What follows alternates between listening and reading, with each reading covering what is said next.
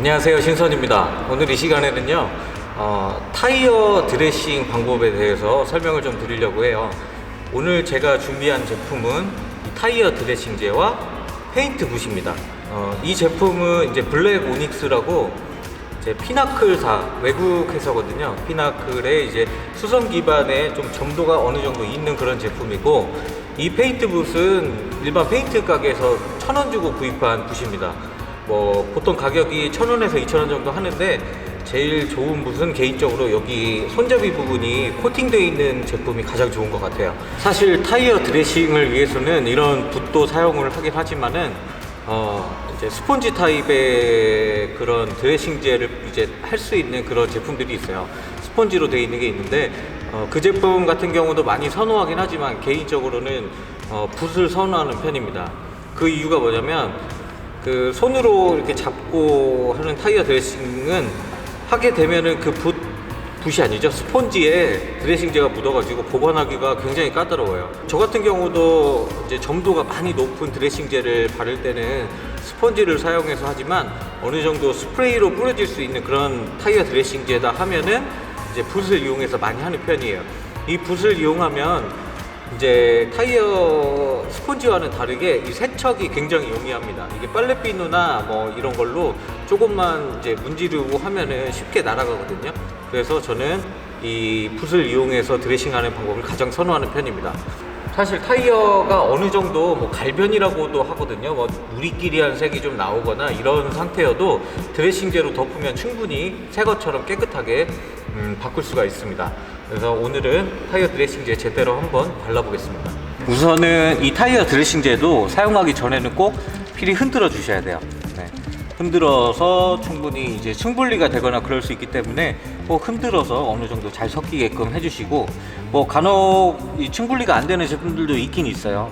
여기 타이어에 직접 뿌리시는 것보다 여기 붓에다가 뿌린 다음에 발라주시는 거를 추천을 드립니다. 그 이유가, 여기 바르면 이 스프레이 앞 때문에 이게 타이어 드레싱 이 약품이 여기 다른 부분에 좀 튈 수가 있어요.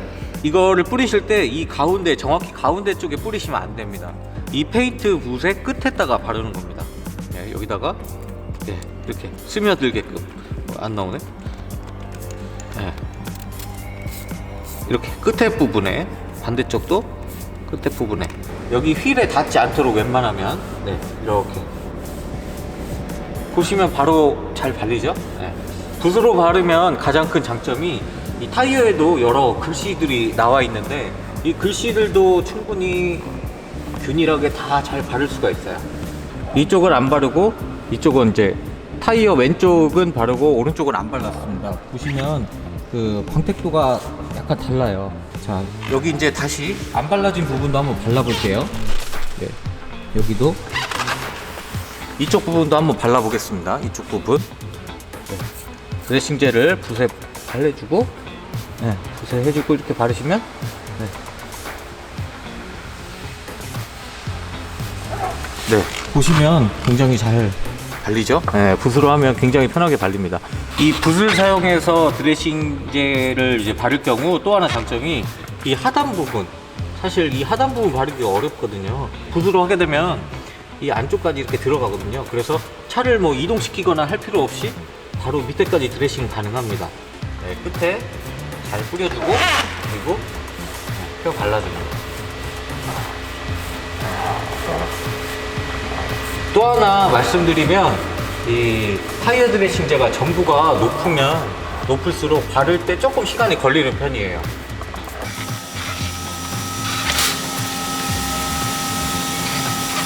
네, 다 발랐습니다.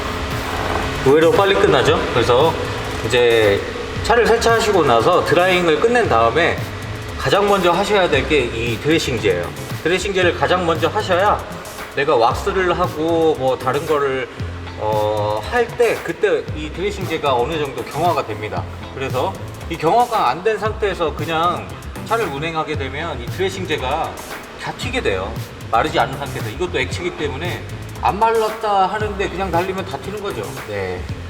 그래서 뭐 어두운 색 차량은 잘 못 느끼실 수도 있는데 흰색 차량이나 뭐 밝은 색 차량을 타시는 분들은 이 고충을 좀 아세요. 그래서 타이어 드레싱을 하실 때는 꼭 드라잉 한 다음에 이걸 가장 먼저 하고 그 다음 왁스 작업을 해주시는 게 좋습니다. 이렇게 지금 완전히 젖어 있는 것처럼 이렇게 보이지만 마르게 되면 약간 이거보다 약간 이제 광도가 좀 떨어지긴 합니다. 그래도 이 새 것처럼 계속 남아 있으니까. 네. 타이어가 하나 남았는데 이거는 전체 풀샷으로 한번 정확히 보여드릴게요. 이렇게 드레싱젤을 끝에 이렇게 붓에 뿌려주고 그대로 바르면 됩니다.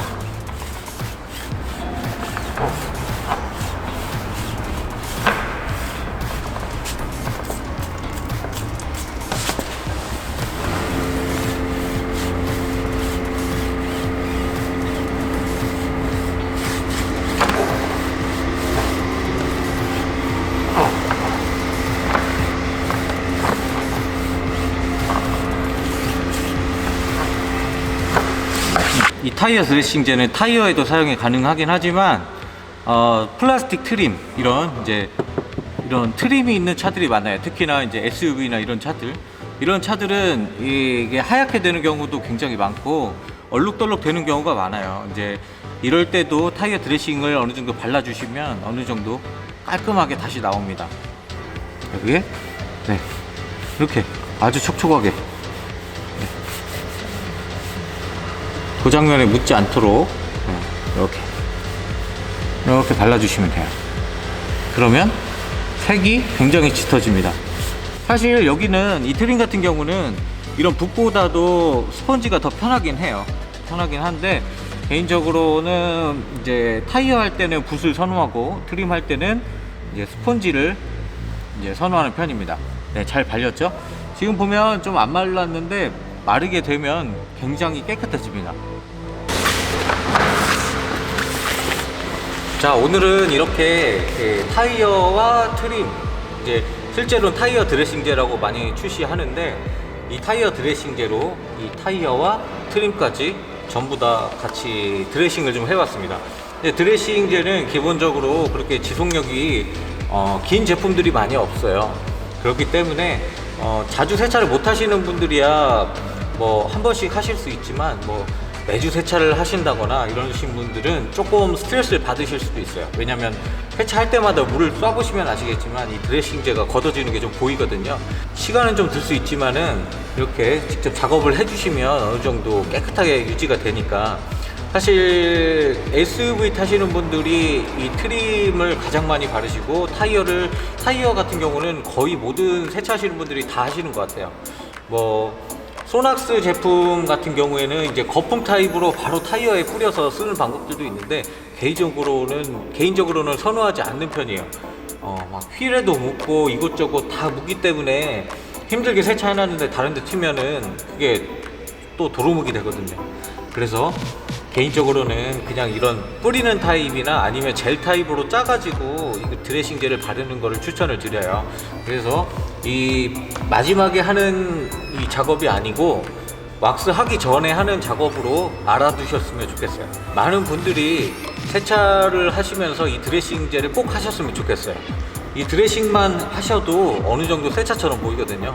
손 세차를 맡기셔도 이 드레싱제는 빠지지 않고 해줍니다. 다만 저희 이제 개인 디테일링 하시는 분들이 쓰는 이런 제품들보다는 좀 저렴한 제품을 많이 쓰시는 편인데, 그래도 타이어만 발라줘도 정말 차가 깨끗한 것처럼 보일 수가 있거든요.